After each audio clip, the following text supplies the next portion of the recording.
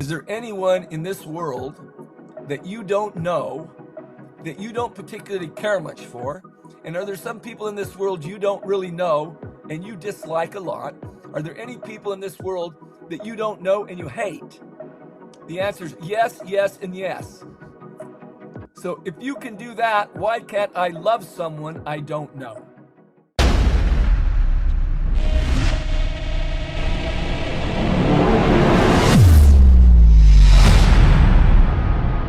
Hey guys, today we have a very special guest with us. That is you.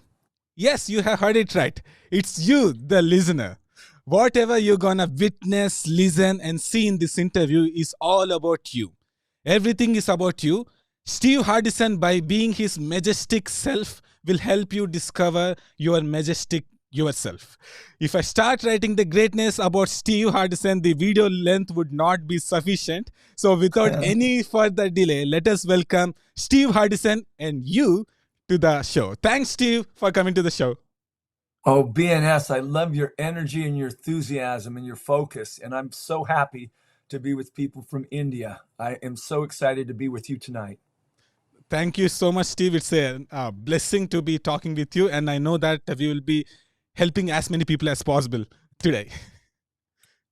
So, Steve, before we go into the questions, can you talk about the Mumbai event that will happen on 25th February this year? It's a blessing to see you in person and discover our being. What one needs to do before attending the event, Steve? Yes, this event is literally, and I love the way you opened it up, BNS. This event is about your listener, the person in the seat. There will be people that come to speak. There will be people helping. But who the celebrity is in this event is the person that's sitting there, the one you talked about. This is the program for you. So what we're wanting people to do is to understand the reason we're putting this on is you. There's no one here, wherever they're flying from, however they're helping, Ranjan Kumar, all the people that are helping him, no one here is being paid anything. All of what we're doing is we're donating it. So it's going to be a place of being for people serving each other. And the recipient of the blessing is the person sitting in the chair. The speakers that are coming over are good, but it's not about them. It's about their ability to have someone that's in the chair see how they can grow from their own being. So that when one speaker's speaking and the other six are listening, they're participants. This isn't coming to get information from somebody off of a hill. This is us creating in a room the state of being. That's the intention of it. Yes, Steve. And all the 100% of the profits are going to Daughters of India, right? So can you talk about that? That's correct. I am paying my own way over. The other speakers are paying their own way over. I have purchased a ticket for my wife, $500. I purchased a ticket for me for $500. Wow. I have purchased a ticket myself. The only person that's profiting off of this is the Indian population by assisting these young women out of teenage prostitution and sex trafficking. That's who we're being. We're being generous in the contribution to India and the people that are in India. We want people to be in that room that want to understand who they're being. And you need to know I have a passion about India. My own personal experience from people I've met, clients that I have. Ankush Jain in London is a client. Raghav Parkash. These are great Indian men. And I know that coming to India is a sacred place, the country, the traditions.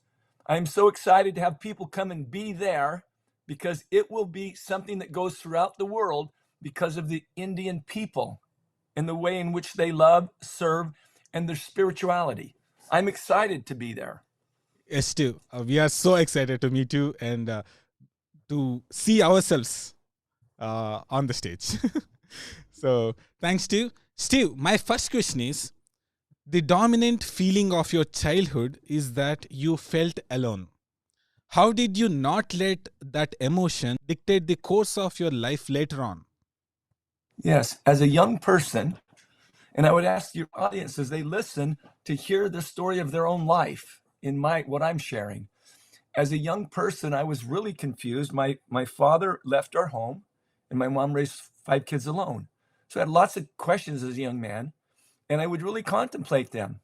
I became very thoughtful at a young age. What am I thinking? Who's doing the thinking? What's happening here? Who am I? What's my value? And funny enough, I just kept looking at answering those questions. And I've been answering those questions my whole life. So I would sit out in a little shed where I'd see the sun come in, and I would just think about living and about my life. And from that, lots of ideas came to me, including how to thrive and survive inside of a very difficult situation. And I wouldn't change any of it. All the things that happened in my life have made me who I am. I'm grateful for my past. I never wallow in it.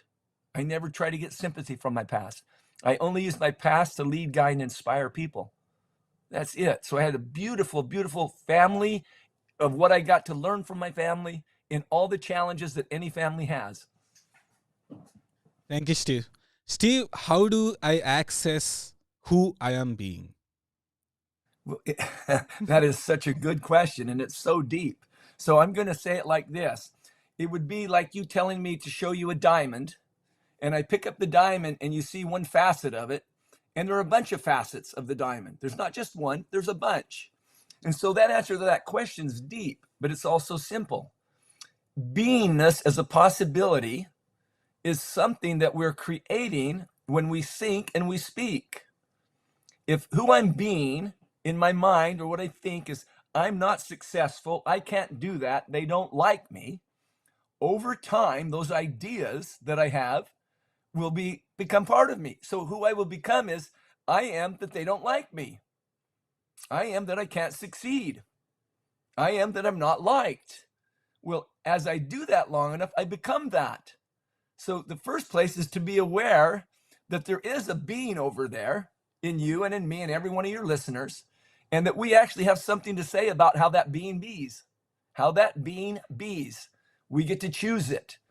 And the purpose of everything we're doing, the book you may speak about or the event we're going to, is about having someone get access to understand their own being and how to create it or modify it so it serves them. No one is not being at any time. Right now, any listener that's listening to me and you, some of them are listening from they're being skeptical.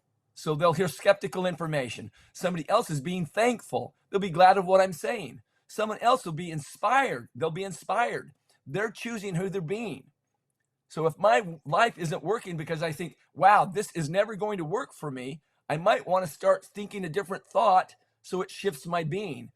Then at that point, as a possibility, the being, the who you're being, the who's anybody's being, every doing, every deed that has ever been done, that will ever be done, that has ever been done, or that will ever be done, is growing out of who you're being.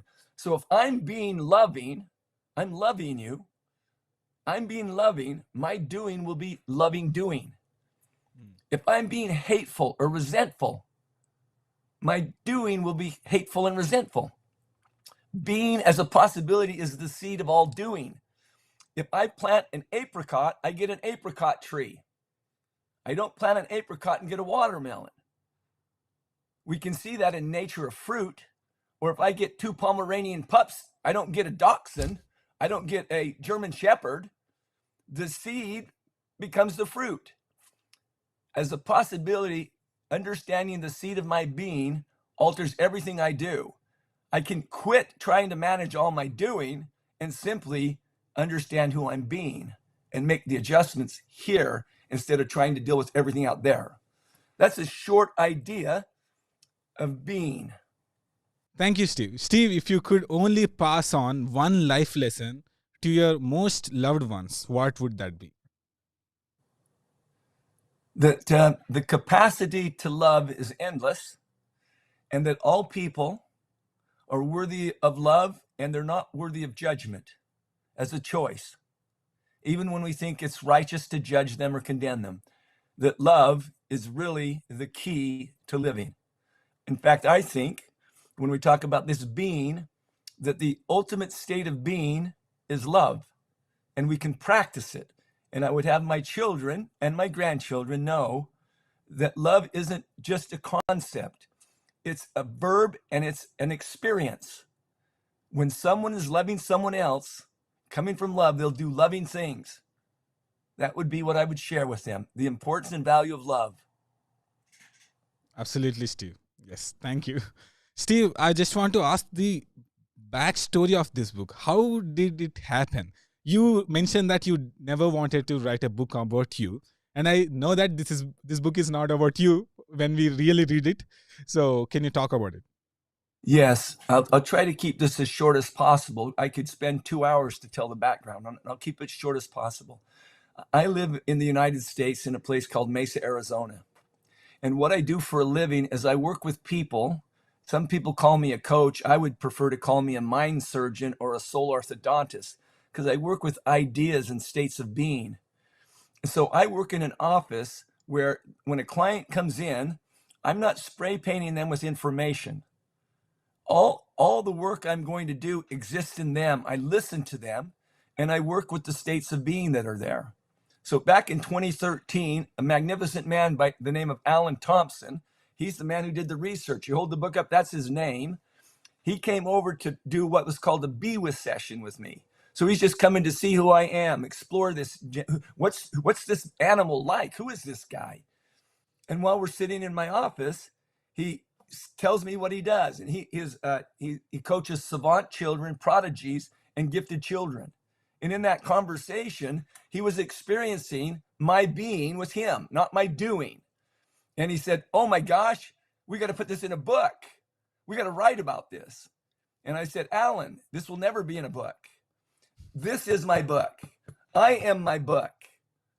I'm going to live my book. I'm not going to broadcast it, teach it, do tapes, and people can do that. There's a need for that, but I'm not going to. So he said, can I write about my experience here? And he did. And I said, yes.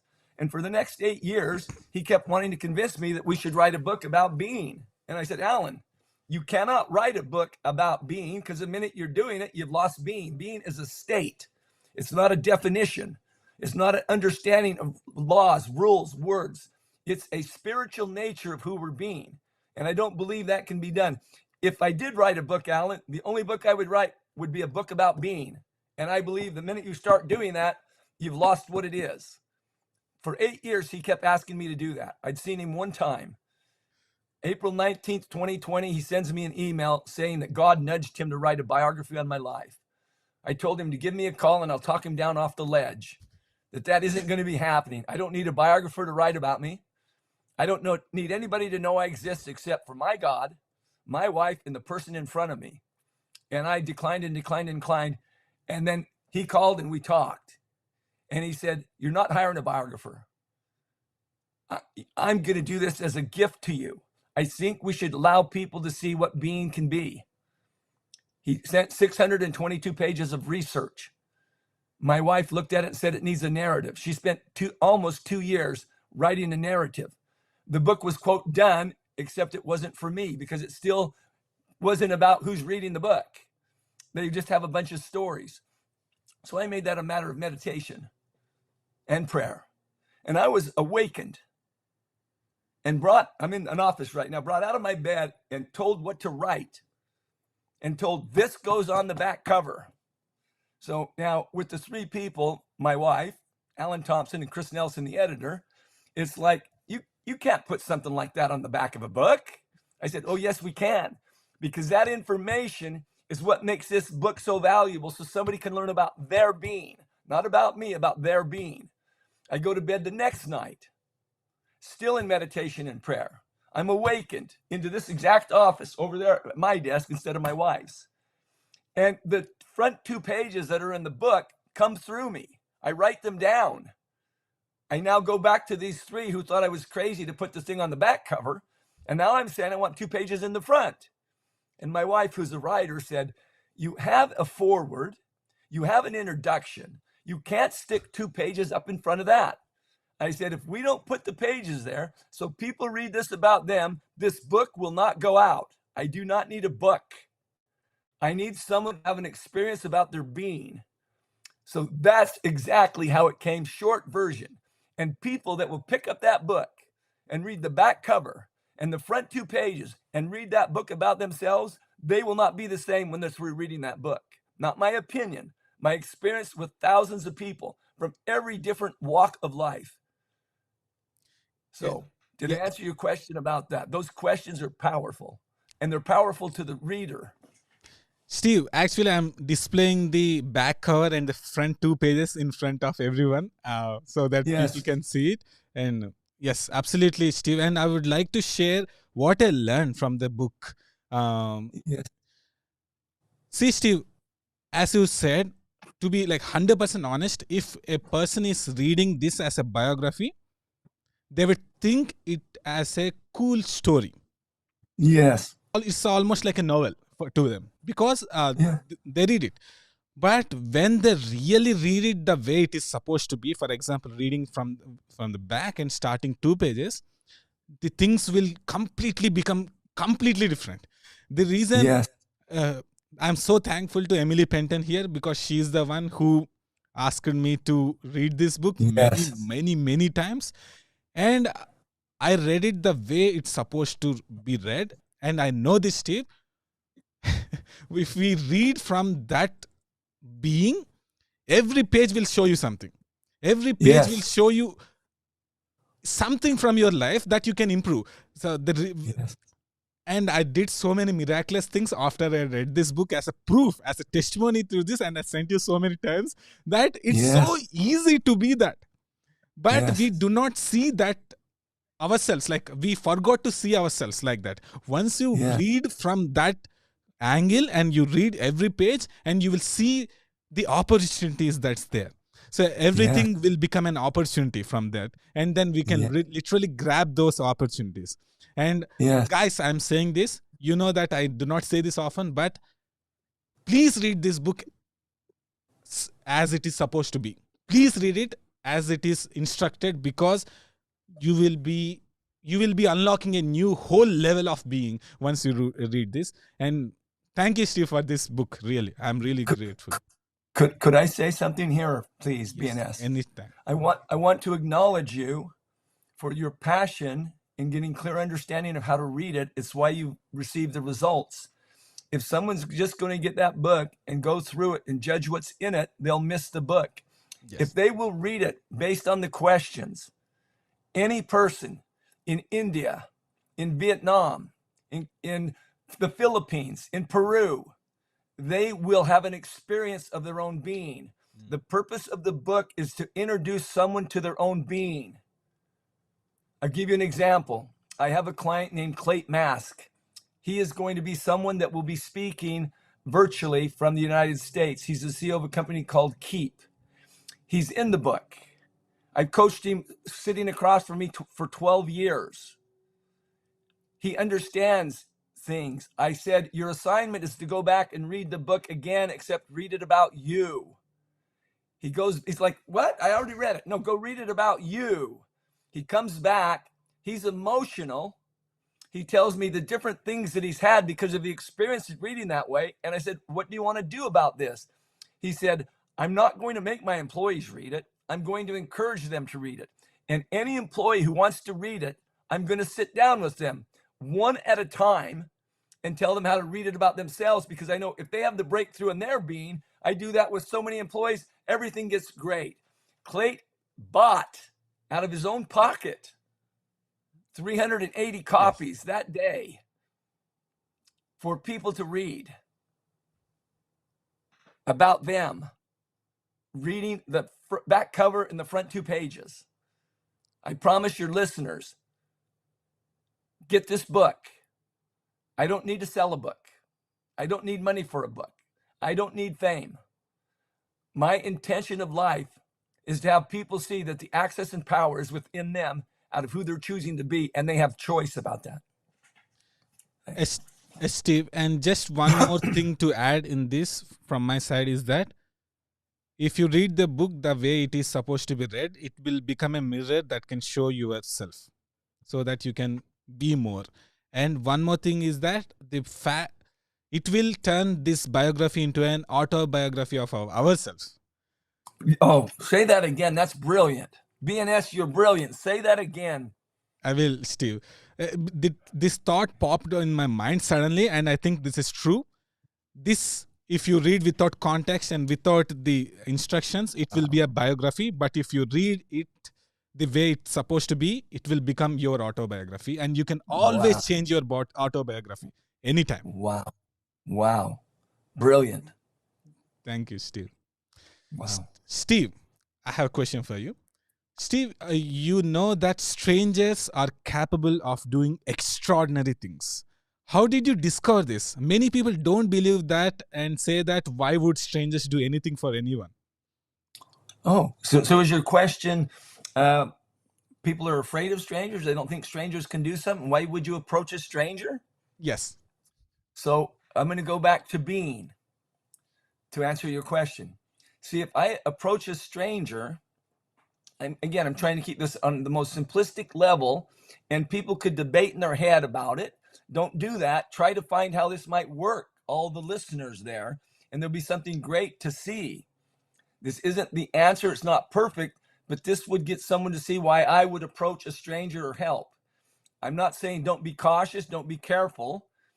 Do that, but watch. If inside myself, who I'm being is, I can't trust anyone, it will be very difficult to approach a stranger. And most of us have voices in us that really, really keep us from being ourselves. I've created and worked with my being such that I speak, I am loving kindness. Love is, I am that. So I don't have any strangers. It changes everything. My trip from the United States to India will be extraordinary, and I will meet all sorts of people I've never met before because of the love I have for myself and other people. I frequently say, and I'm not talking about this from a religious point of view, I honor any religion that someone is. If someone doesn't want a religion, great there too. But I say that the ultimate spirituality is self-love. And if I'm loving myself, I'm able to do things, even with things that are tough or somebody that's a little offbeat or, could be bad. I come from it in a different place, but I'm not unique. I simply decide to be that. And I have a zillion examples of that where something are really, really great. And then somebody has an experience where they have a bad thing, so they never serve anyone again. I'm not going to have one experience shape my whole life of being able to be loving. Yes, Steve. So I don't have strangers. When I'm in India, there will be people I've never met before that in a few minutes, I will love them and they will love me. They will see that. And by the way, that's not something special. This is available by anybody working with their being. Any client I've ever had, who they are when we're through is more loving, more gracious, more powerful, more committed, more able, because I work on the state of being, not the state of doing. The book is all about being. The event will be about being. The speakers that come over, I will have a conversation with them on Friday. If there's any speakers coming over to be a hot shot or to be popular or to win approval, I don't want them. I want every speaker that's there to speak to the person in the chair about how they can move their state of being, so that every person in the room, I've promised people that know I'm going to India that before I get there, at least once a day, my state of being will be altered and improved out of who I'm being by serving other people. So conversations with Ranjan, conversations with Kush, conversations with Rebecca Kumar, every one of those, how I'm being shapes it. I won't be the same person I am tonight when I get to India. When somebody understands that, they have some ability to shape their future. And that's what everyone's doing. They are doing who they're being. So manage the being. Yes, Steve. Thank you. Steve, what is the power of asking? Oh my goodness. Well, for people that may have people have different. Let me say something before I answer that. Remind me the question in case I forget it. I want to say something in the book, and I invite everyone that they actually get a book and read about them, no matter what they do and anything else, whether they ever know I exist or this event. Get the book and read it about them. In the book, I was competing in a national extemporaneous speaking competition in the United States. It went through 5 rounds. The final round, the question was, if you could do any one thing to alter the world, what would you do? And when they gave it to us, and there's 5 finalists, I laughed. And I was laughing because this is so over. I so got this. Because I've been thinking of that my whole life. In that shed I was talking about, when I was asking myself questions, and I said, this is paraphrasing it, and this is so I can answer your question. So when I say something about Christ, or I say something about Allah, or I say something about Vishnu or Krishna, I'm just being with them. I don't have a dog in the fight. So the answer to my question of the thing that had me win for the United States, all the colleges and universities, is I said something like this.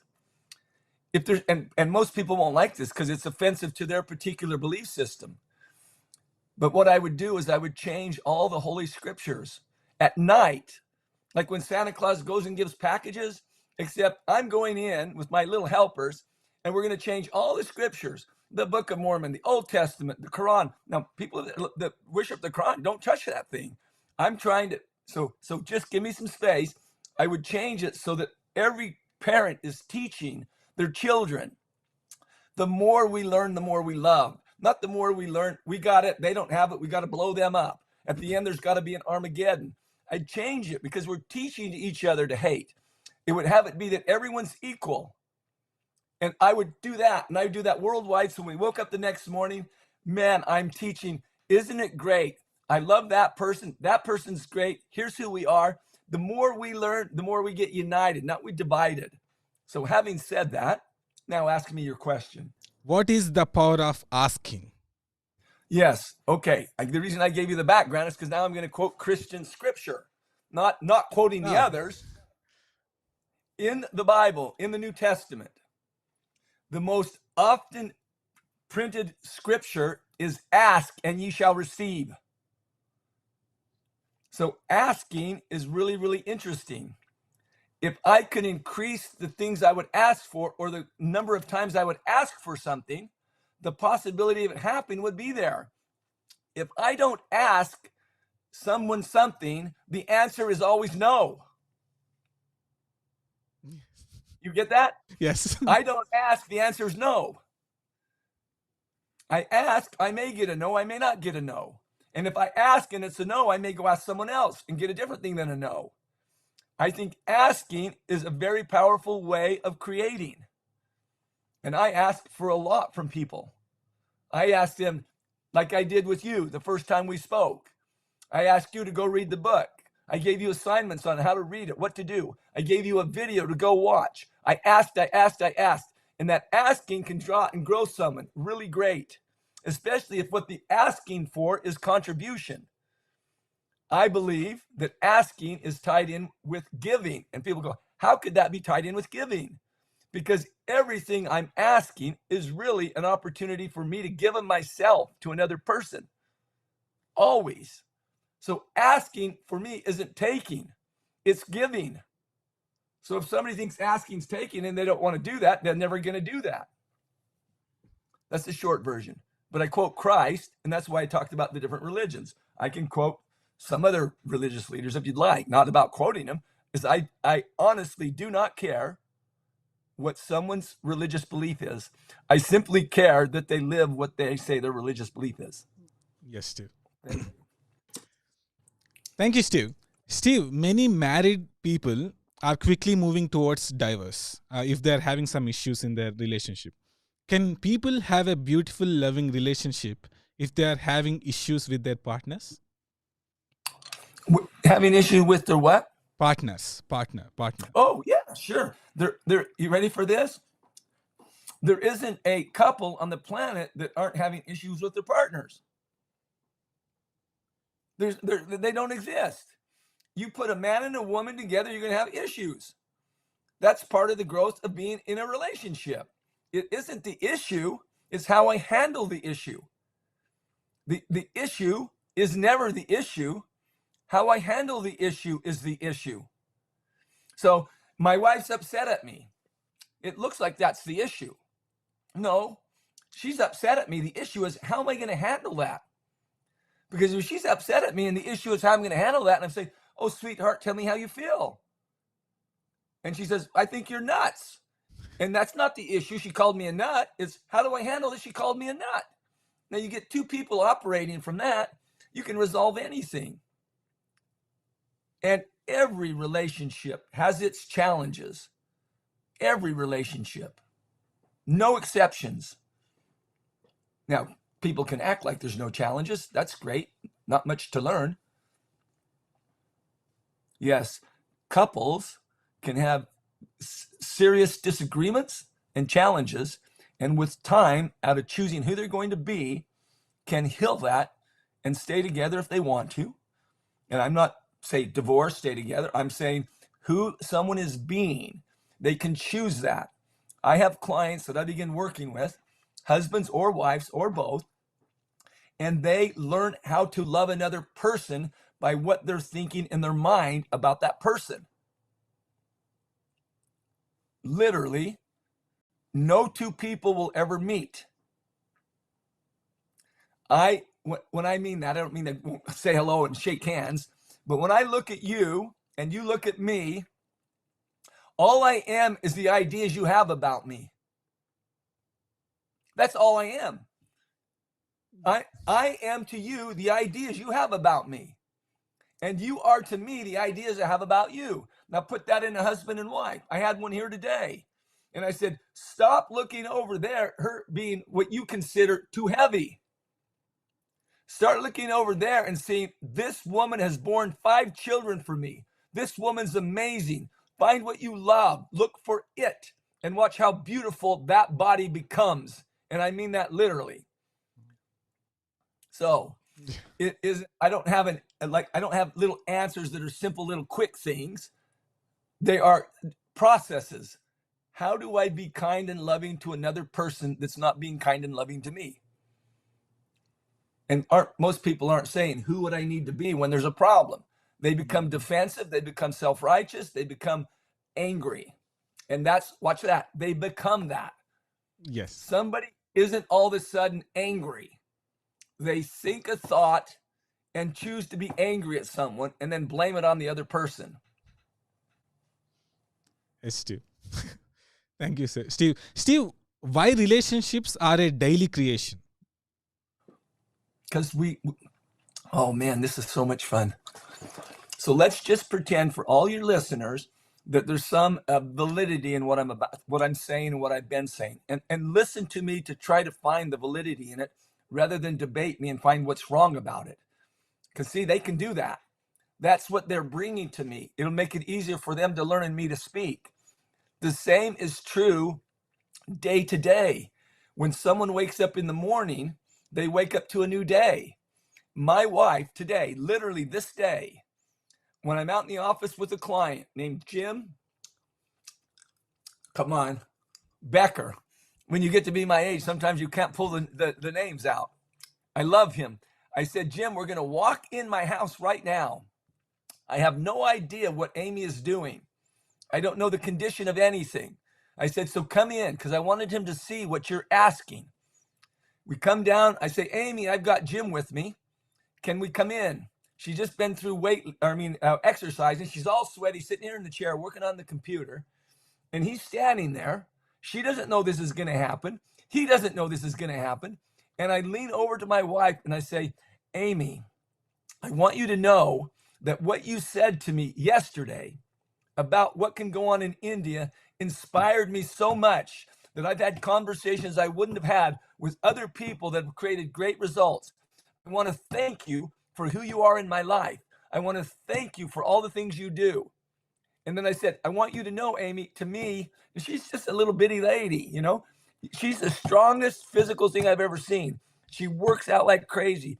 And I acknowledge what there is every day. Sometimes I'll say to a client, when's the last, do you tell your wife you love her? Oh yeah, I did that last week. Oh my goodness. I will try to find 30 creative ways in a day to make sure my wife knows that I love her. So I'm creating her. I'm creating her in my mind. In my mind, I say this, and these things are in the book for someone to learn for themselves. Because in my mind, if I'm thinking, I don't like this woman, she bugs me, that's who I have. And I don't do that. Here's what I do in a short one right here. Amy loves me so much that whenever she's away, she cannot wait to get home to be with me. Amy loves being with me. I'm 100% secure in Amy's love for me. Amy's love grows for me every day. Amy loves being with me. She thinks I'm amazing. She loves who I'm being. I am 100% secure in her, and I am whole and complete in my love for her. Now, I'm thinking and saying that. Now, Amy shows up. That's what I get to see, because that's what's in my head. And that's all we're doing anyway. And somebody could debate it, but the guy drives in the garage. Oh, man, I got to be with that again today. Huh. How am I going to make that? Now, have that show up as anything other than that. Yes, it's a daily creation. And I create what I want to see and in loving my wife. I do that with the postal carrier, my clients, with you. I'm looking for the greatness in people. My choice of who I'm going to be is to look for the greatness and bring love forward no matter what's out there, no matter if it wants to be unkind to me. That's a choice. And I create every day. I create myself. I create my wife. I create my clients. Yes, Steve. Literally, we are creating the world we're seeing. Yes, Steve. We're the one that's the producer of what we say we see. It doesn't matter what we look at. It is what we see when we look at it. Yes, Steve. Just ideas. No, Steve, that's so practical at the same time, and it's so self-evident. So that's what I'm going to say. Thank you. Steve, how to learn to be when life is becoming challenging? Well, notice what you said. You said life is becoming challenging. Who's looking out at that life, and what are they calling life? They are calling life is becoming challenging. Guess who created that? So I could have the same challenge out there and not have that idea, and I could say, this life is so exciting, and I get a chance to really grow here. This is going to be more fun than playing a game of chess with Bobby whoever. And I'm not kidding. It's not semantics. It's like, what am I going to see in that? What am I going to see when I look? Imagine, pretend I could do this. Pretend somehow I could tap your head, and the idea you had in your mind was, I really like humanity. I'm here to serve, and I can really, really deal with challenges of any sort. And that's what you saw, and that's what you felt. That's what you do. I can remember in 2009, Clayton Mask, that will be speaking to us. He came. Now, this will blow some people away. And by the way, I'm just one man with opinion. I don't have the truth. I'm not right about it. I'm just sharing what I know is accessible if you go to the source of being. See, I'm not, if I got in a room and took an IQ test, I may be at the bottom 20%. If somebody said, I want you to add fractions right now, I'd say I'd have to visit. I don't remember it. But what I do know is I know I can create my being. Who I'm being is a choice. Do you hear that? It's a choice of who you're being. So with Clayt, I would ask him, I'd say, imagine who you could be. He literally, this is a real story.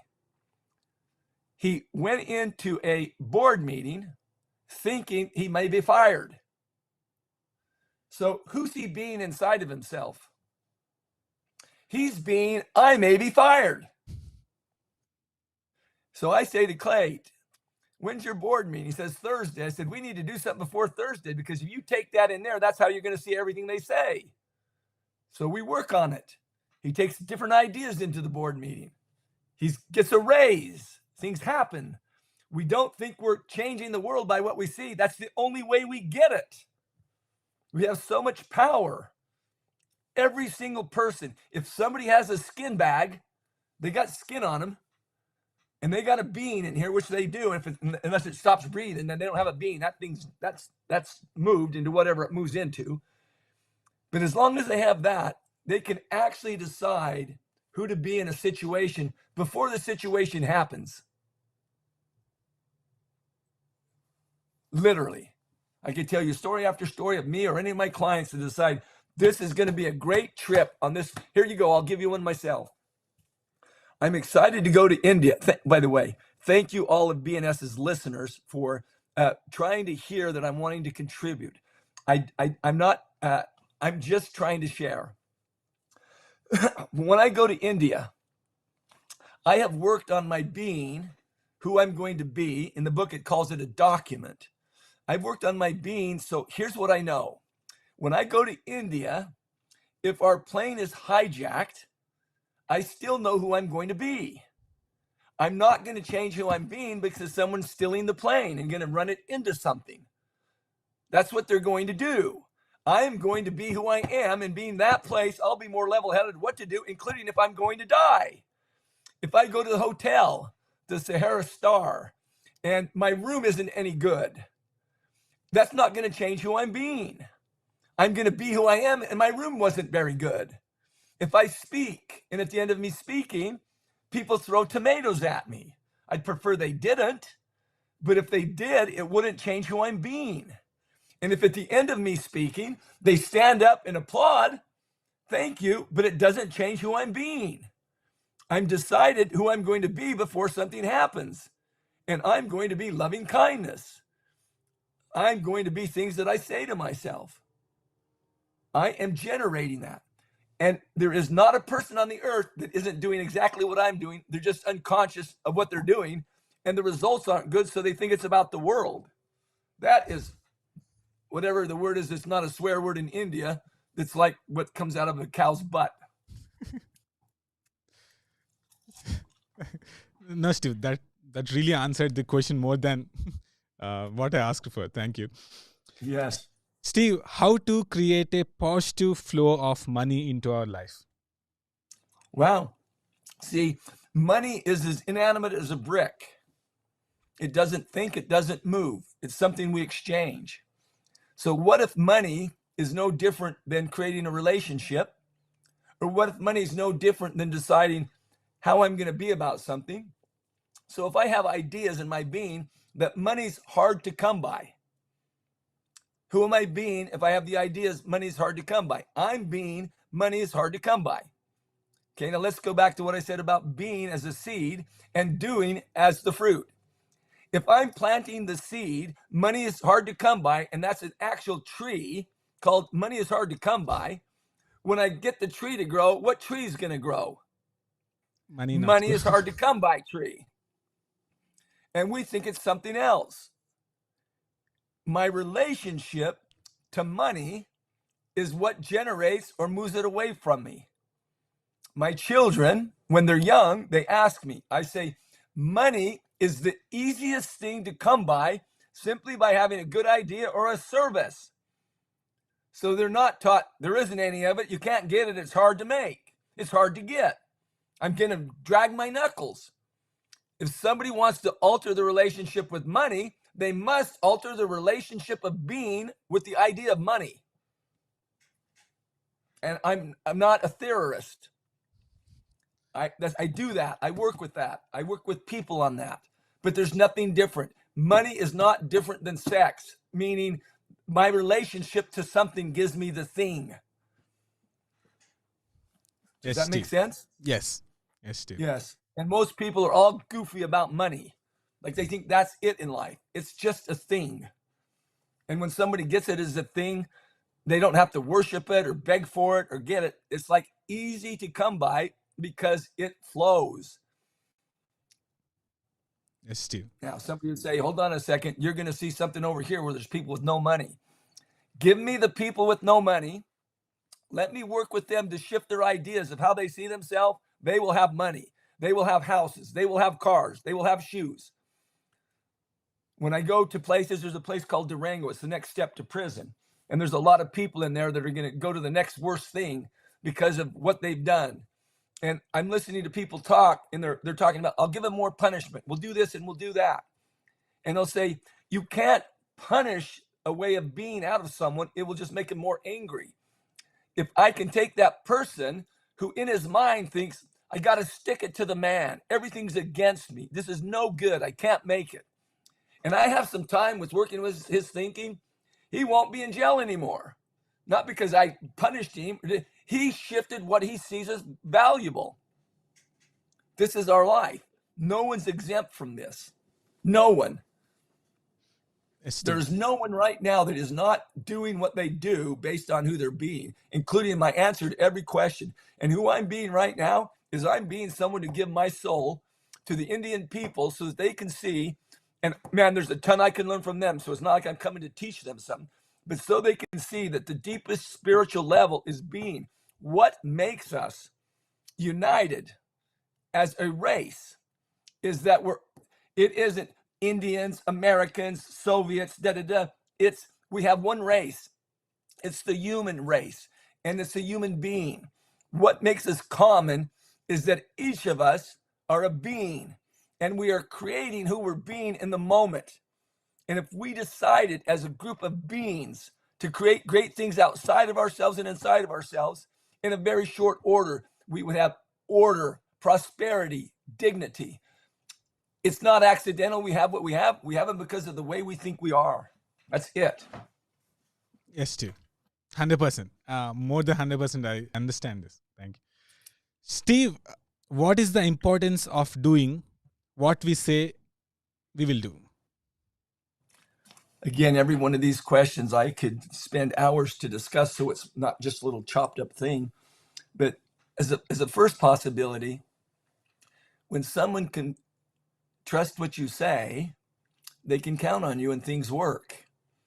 If I say, let's have a meeting at 10 o'clock and there's 6 of us supposed to be there and only 3 show up, we can't, it doesn't work. We got 3 people missing. So how I am about doing what I say is I practice it, because I know that doing what I say is a state of being my word. There are people that are being their word. So if they're being their word, they keep their word. And then there are people who are being their excuses. So if you plant a being excuses tree, what do you get?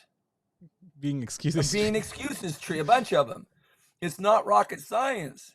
So if I keep my word, I can create powerfully. When I keep my word over and over again, I can get to a point that I can predict the future based on my word. I will have clients that will call me and say, hey, I need your help on this. Will you do this? And they don't even ask me what the this is. They say, will you? And I say, yes. And they say, how can you say yes? You don't even know what I'm going to ask you. Because I know I have the ability to get done whatever I say, not necessarily myself, but if I say it's going to happen, it happens, not out of force or will or I'm cool. It's I practice being my word. Again, I go back to deity on this. In the Christian scripture and in other scriptures of the creation, it says, God said, let there be light. And there was Light. Integrity of God, getting to where what I say matters. And when I say for myself, with practice, I'm not perfect. I don't want to be perfect, but I practice saying what I say so that someone can count on me. My children say, Dad, the greatest thing we love about you is we know we can count on what you say.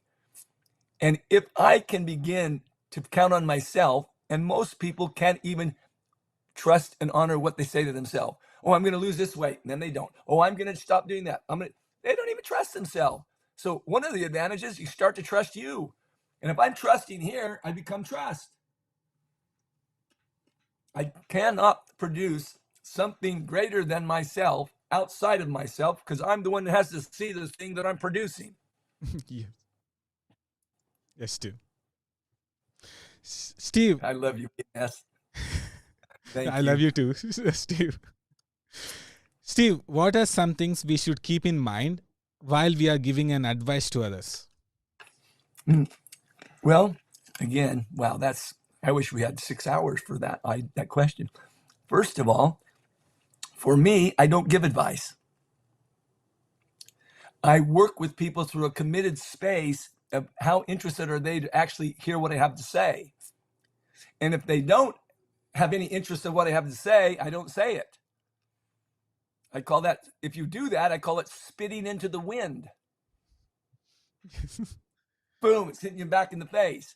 So first is to see, who do I have the right to give advice? Are they even asking me for it? Then if someone asks me for something, I'm going to create something just like I did with you. You said to me, hey, how could I do an interview with you? That's a simple question, right? Yes. I don't give you advice. I freaking commit you to do stuff so your life improves. So if I don't give advice. I work with somebody who wants to hear something and I commit them to do it. And in most cases, I commit them to do the thing I'm going to say before they know what the thing is. And they trust that I'm doing that for them. So just like what I'm going to do right now. Watch this. Your listeners are seeing me however they want. It's a broad spectrum. Some people have turned this off already and said, that guy's nuts. Other people are going, man, I want to hear more what he has to say. And inside of that, I'm creating. I'm saying that when someone becomes their word and they honor themselves as their word, then what they can say is create something and someone can experience and feel it and know it's going to happen. And I'll give you an example.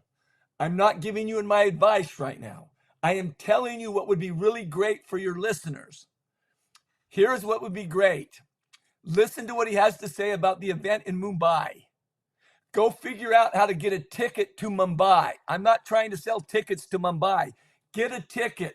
Go cross out February 25th or go look at February 25th and get ready to move whatever's there that you can and be there, because what will occur is if you commit to be in that room, you will learn principles about being just like you have in the short period you've done it that will alter your life.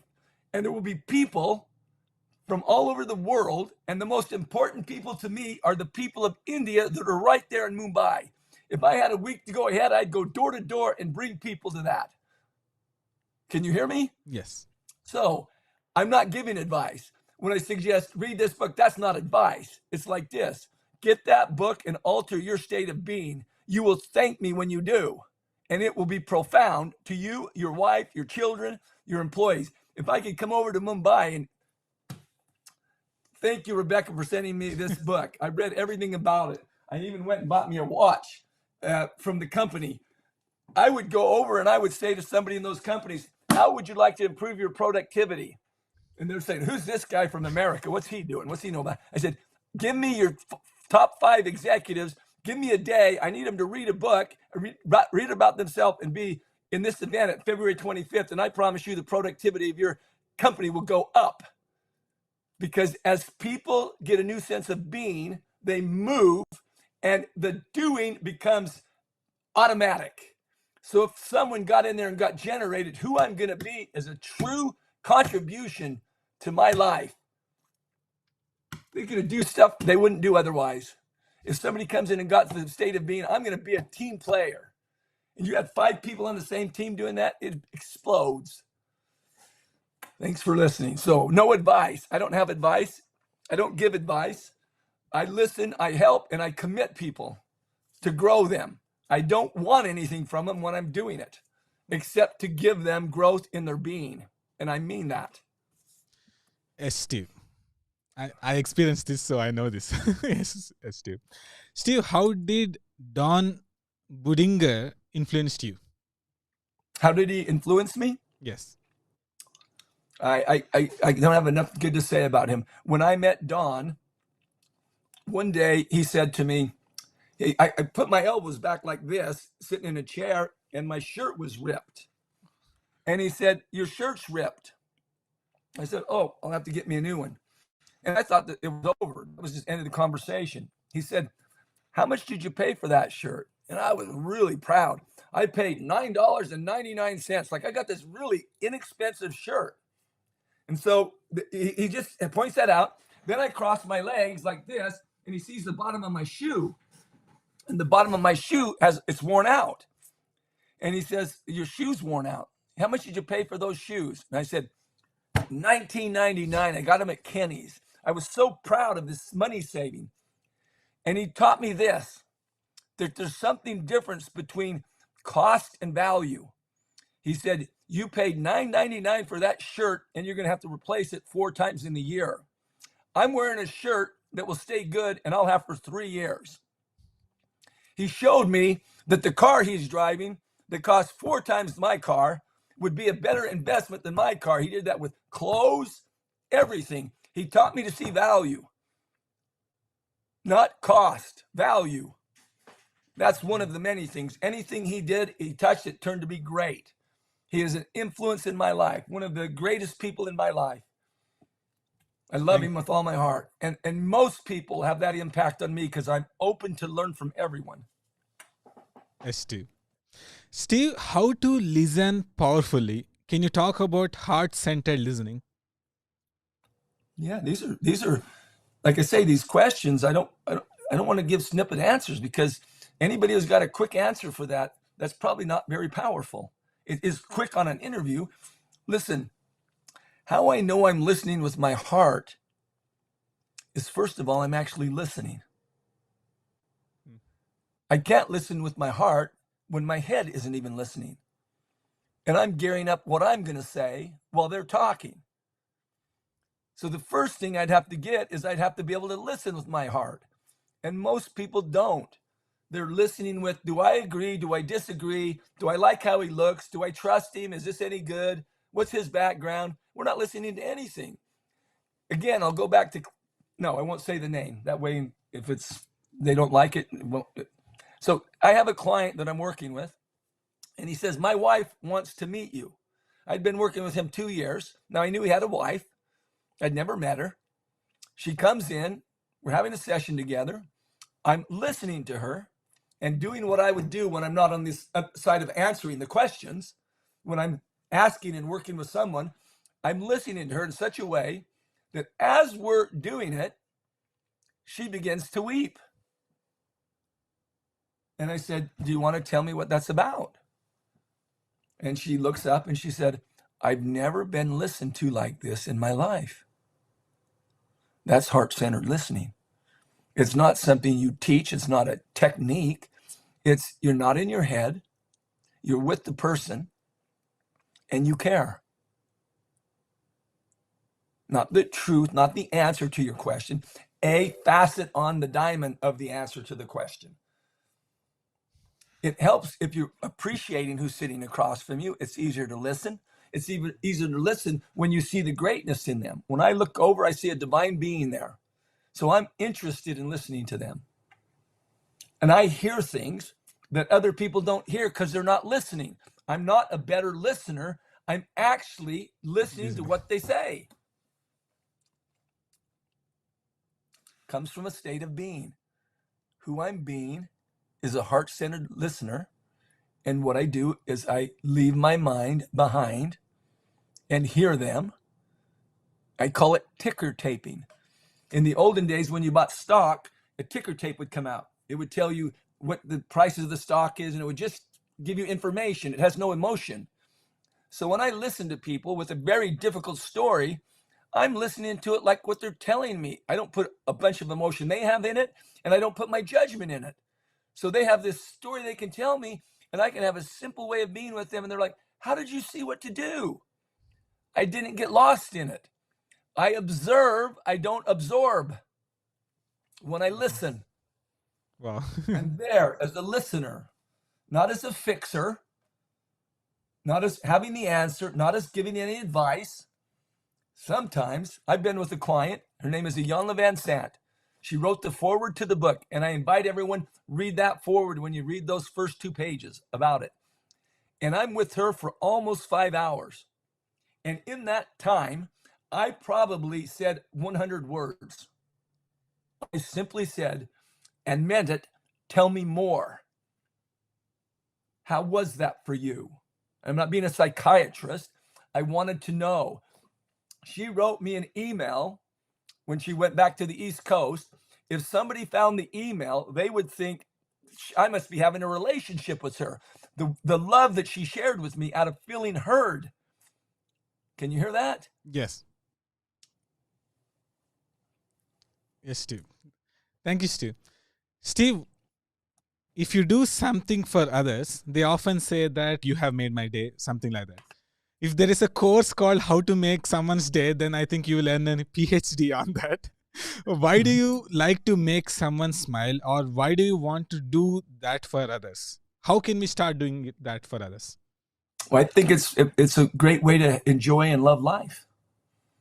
Yes. When I wake up in the morning, and it's not like a burden, it's not like a to-do list. It's a natural thing for me to want people to feel good about their life and find the best in something. And I look at ways to do that, anything from smiling, opening a door. Here in America, in Arizona, there are what's called these older ladies, they call them blue hair and gray hair because they're older and their hair's blue or gray. Well, what I know is women age, they're not what they were when they're 30. And by the time they get older, what we do in a society, probably not in India, it's beautiful the way they do 3 generations in a home. So you get old over here and you're just put out there, and so what? So as they age, I know that the last thing a woman has any real control over is her hair. They love to go to the hairdresser. So their body's all wrinkly, they're looking old, nobody looks at them. I go into every grocery store, and before I begin my shopping, I find one of those ladies. And I walk up to them and I say, and I mean it when I say it, your hair looks lovely today. You would think they won a $100,000 lottery. And that is easy to give. That is easy to give. Start with small things. Be kind to yourself. Be kind to your wife. Be kind to your dog. I do it because it makes a better world. I don't do it so I get something. The minute I do what I do, I feel great because I was willing to do it. And someone who may not want to accept it, that's okay. That's okay. I'm not offended by they didn't want help or love. It's okay. Yes, too. Every one of the people in your audience, if they just, when this is over, and they, wherever they go, in their homes, girlfriend, boyfriend, whatever, wherever they're at, just go find someone that's in your world and tell them one thing you like about them. Watch what you can do in just one conversation. And I'm not talking about BSing them or blowing sunshine or trying to get in there. I mean, genuinely tell them something you like about them. And watch what happens. Picture a room full of people doing that. For those who choose to read the book about themselves and those who choose to go get a ticket and be in that event, I promise them this. They will never experience anything like what's in that room when you have a bunch of people coming from being loving. And you will experience it. And the people you had read the book, they'll experience it. And people will say, I wish I had this person with me. Well, don't wish that. Go get February 25th, mark it off. Then, out of committed space, get the book and read it. And between now and getting there and reading the book, think of the person you love most in the world or you'd like to help most. Go share your own experience with them about what the book did. Get them to go with you. Not so there's a book sold or an event. The only thing we want people to pay money for is so we can donate it. And you know what? If you saw a price of a ticket there and you really got what it is, give more so we can give more to them. This is not about us making money. Yes. And I got a client named Roxanne Beck, and I've invited her to come 4 ways to Sunday, and she's got her own thing going on. And she sent $500 to say, I'll be there in spirit. So she basically bought one of the tickets, and she's not going to be there. Then I have clients who have bought 5 seats for 5 people, and they're going to be there. If they're just saying, if you read the book and you get committed to it, there's a seat for you. That's a state of being.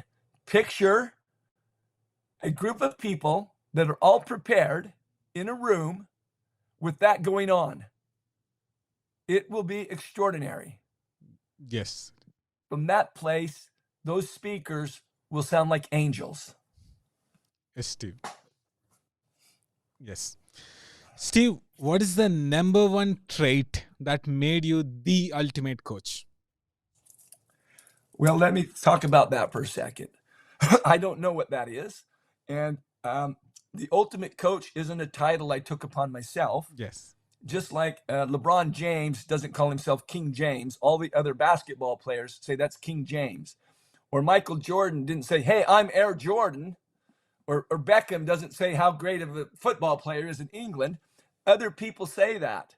One of my clients that I coached for years, when the domains of GoDaddy and domain names came out, he was at GoDaddy at the actual physical building before it was, it's like in here in Arizona. He calls me up and he says, hey, there is a name here, a domain, and no one in the world should have this other than you.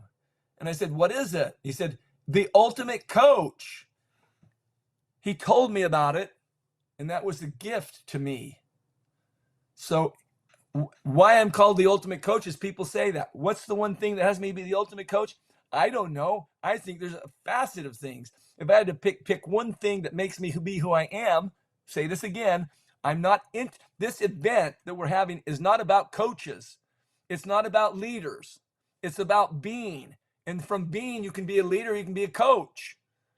I am not coaching people to be anything except to be the best them that they can be. Can you hear that? Yes. And you're the one who knows. And when you access that being, you'll see the power that you have. Yes, Steve. Steve, tell me, who are you? Here's how I would answer that for anyone, especially for your listeners. Do you want to know who I am? You want to know my name or who I am? Which would you like? Most people, when somebody says, who are you? They answer and tell them some name. I am not my name. I was given a name by my mother. If you want me to tell you who I am, I'd be glad to. Now, before I say it, I want you to know that who I say I am isn't in competition with who you are, who some other person is. Some of the things I say, some other person could have too. I don't own them. So as I tell you who I am, I'm going to say something about it. Otherwise, people are going to go, what? So ask me the question again. Steve, who are you? I am the universe. Love is, I am that. Be still and know that I'm God. Not your God, not the God, God with a little g, meaning I create. I create what I see, how I react to it. Be still and know that I'm God. Now, in my flavor of what I got brought up in Christianity, I say I'm a disciple of Jesus Christ.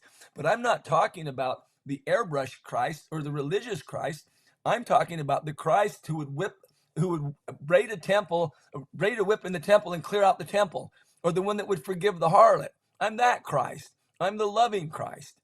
Not the Christ. I am a disciple of his. But I'm also the disciple of many other people that I've studied. But I simply say that because that's what I grew up in.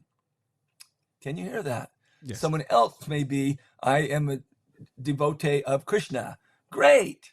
I don't care what they believe. I care that they live what they believe.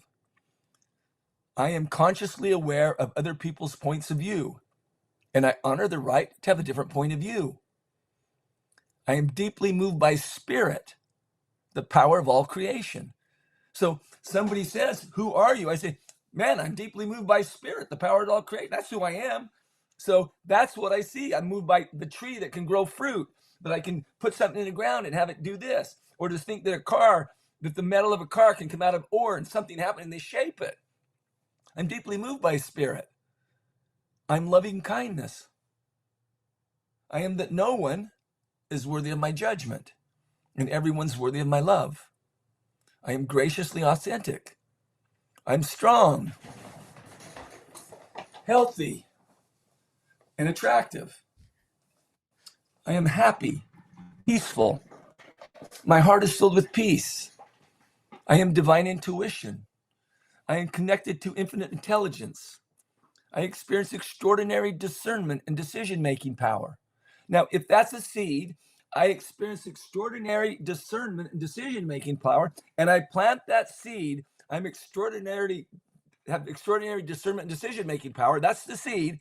What is the tree going to be? Extraordinary decision-making and discernment. Can you hear that? Yes. I am that I do not sweat the small stuff. And it's all small stuff, including death and dying. I am that I have no complaints. You will never hear me complaining. Could I complain? Yeah, there's plenty to complain about. But when I complain, that's the seed I'm planting of my being. That is what I will reap. I distinctly remember forgetting that, and that is my past. And I spoke about that earlier. I don't wallow in it. I just use it to lead, guide, and inspire. I am madly in love with my gorgeous, sexy, vivacious, brilliant, loving, kind wife, Amy Blake Hardison. I'm extraordinarily patient with all living things, especially Amy Blake Hardison. I live, I love, I learn, I serve, and I bless all of humanity every waking moment of my life. This is who I am, BNS, and my mom named me Steve. Thanks for asking who I am. I am not my name. I have a name. Steve, how does it differ from an affirmation? In my opinion, the declaration of someone creating themselves through their state of being, in order to really do that in a beautiful way, one would have to build the foundation and see the ideas that are underneath these things called affirmations or declarations. Many people that do affirmations will write down some fancy things to say, and they will build it on a faulty foundation, meaning they'll build these ideas on ideas that are, I can't make it, I'm no good, I'll never be, no one will ever like me. And they're putting on it, I'm going to be successful. So the foundational of work is the difference between a declaration and affirmation. With a declaration, I'm not trying to prove anything. I'm not even trying to get anywhere. I'm coming from a place. I am coming from love is, I am that. I'm not trying to get to it. I'm coming from it. People will say to me, declaration, affirmation, what's the difference? The difference is the depth of the work. A declaration will come out of the body of someone who says, I forgive myself for judging myself as a felon.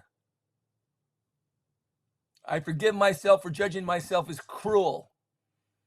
Because they're doing it all the time, even if they're out of prison or whatever it is.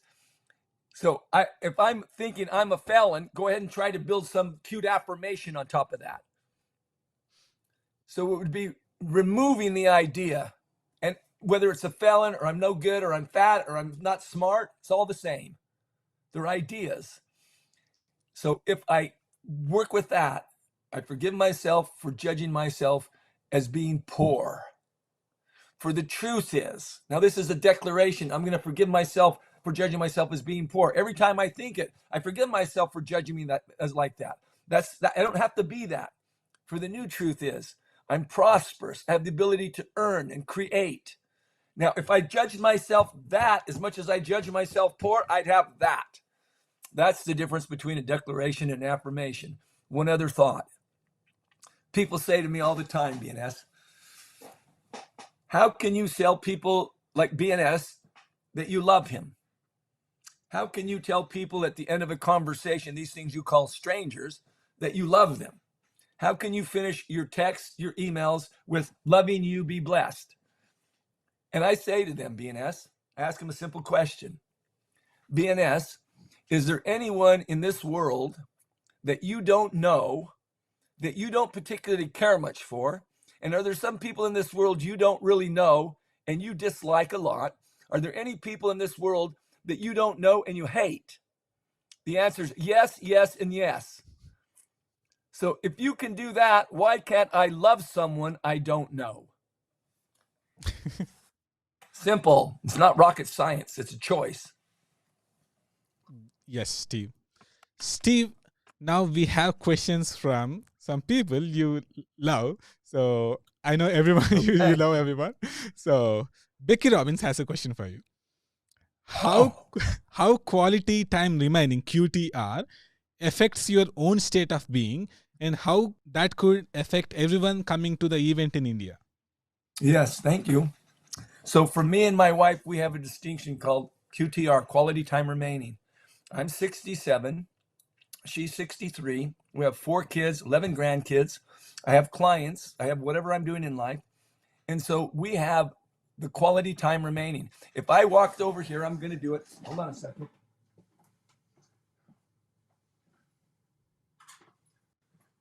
This is at my desk. I went over to my desk, and at my desk I have 3 calendars. I have today's date.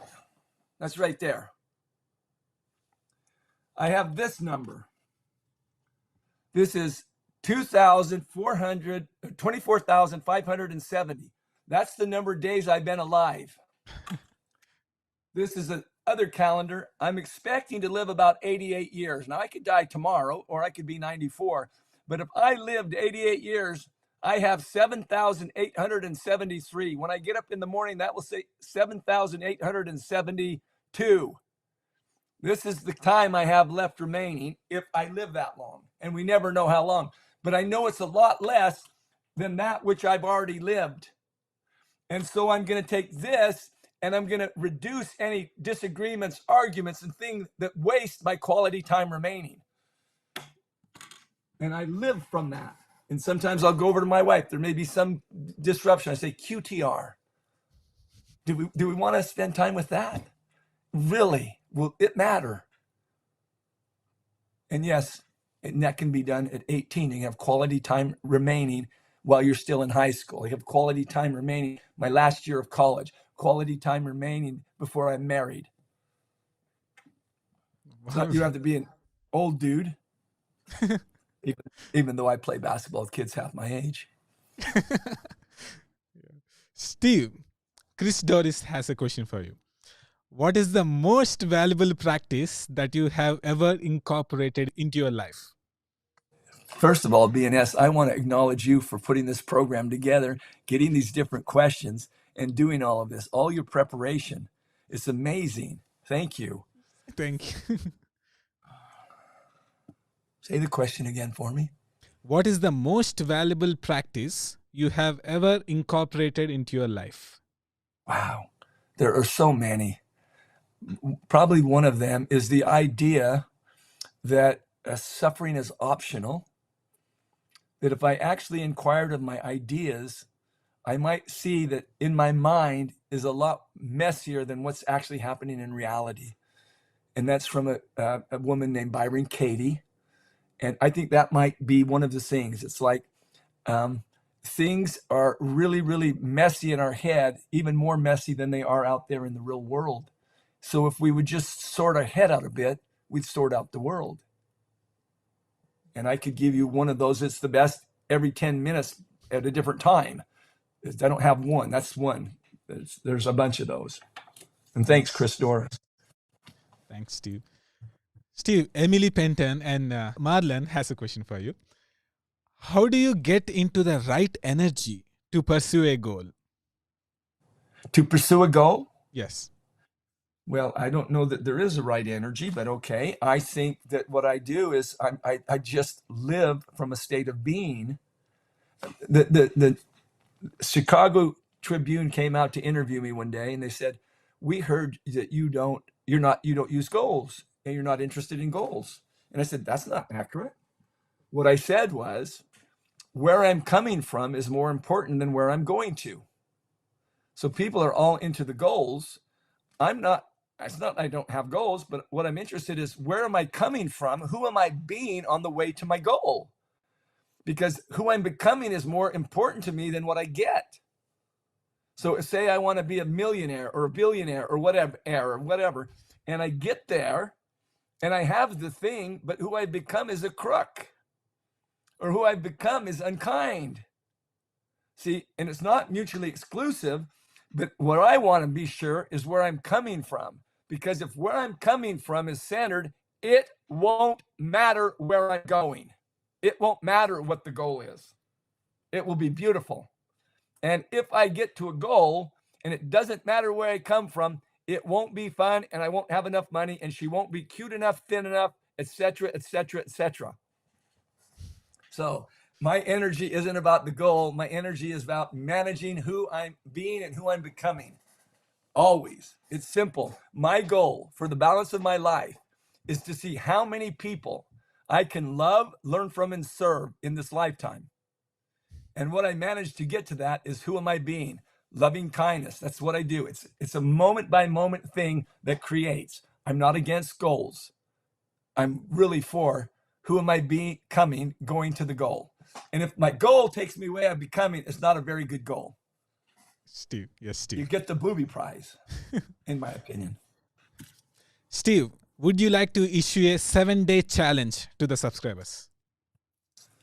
I would like to issue a 1-day challenge. Okay. Here's my challenge. Now, by the way, I don't know any of these questions you've asked me. I hope your audience knows that. I haven't seen any of these. Yeah, I don't will have take a a second, Steve, to say something to the audience. Yes. Actually, like guys, did not even say even one question prior to this interview to Steve, and everything that you are seeing here is spontaneous, and that's the mark of Steve. So that's what I wanted to get out of this interview, and I saw this multiple times in this interview. So please do go ahead. Thank you. So for me, I don't have a 7-day challenge. I have a challenge of this moment, this present moment.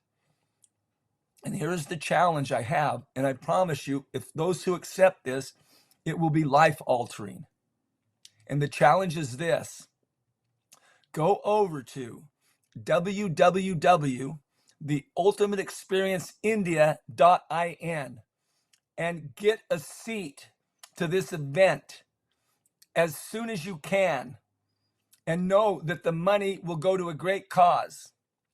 Then, after you've committed to get a seat, not a 7-day challenge, a right now challenge when you hear this, like at this time, jam up the computer for the seats. Go get a seat. Immediately after committing to get the seat, then go and get a hard copy of this book, get a Kindle copy, or get it on Audible and read it and listen to it about yourself. And as you have an experience that you will have, see who else you can bring with you so that they have the experience. That's my 1-day challenge that if you do it, will alter your life.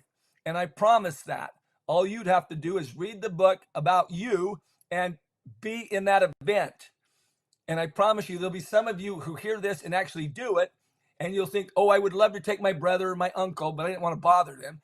And when you're in the event, you're going to kick yourself in the hiney because you're going to go, that would have been great.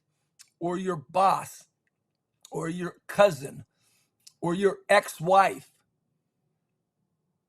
That's my 1-day challenge. I don't have a 7-day challenge, and I wouldn't make one up, but I do challenge you, every listener listening to me, to immediately go and get yourself a seat. Then, because you committed to the seat, get the book and read it like BNS has read it. He's had an experience so extraordinary. He's enrolled 4-5 other people to read the book and be at the course. That's what I would ask. And I thank all of you for listening to me. And it's an honor to be with you. And I hope there's been something that has led you to you, even if I'm doing the talking. Thank you so much, Steve. I don't want to say anything else. Thank you. Thank you. Thank you very much. See you in Mumbai. I call it the miracle in Mumbai. Thank you, Ranjan Kumar. Thank you, Indian team. Thank you for the people over in London and the people in Arizona that are helping. Thank you for the people that are volunteering. BNS, thank you, thank you, thank you. Thank you so much. Thank you so much, Steve. BNS is the best.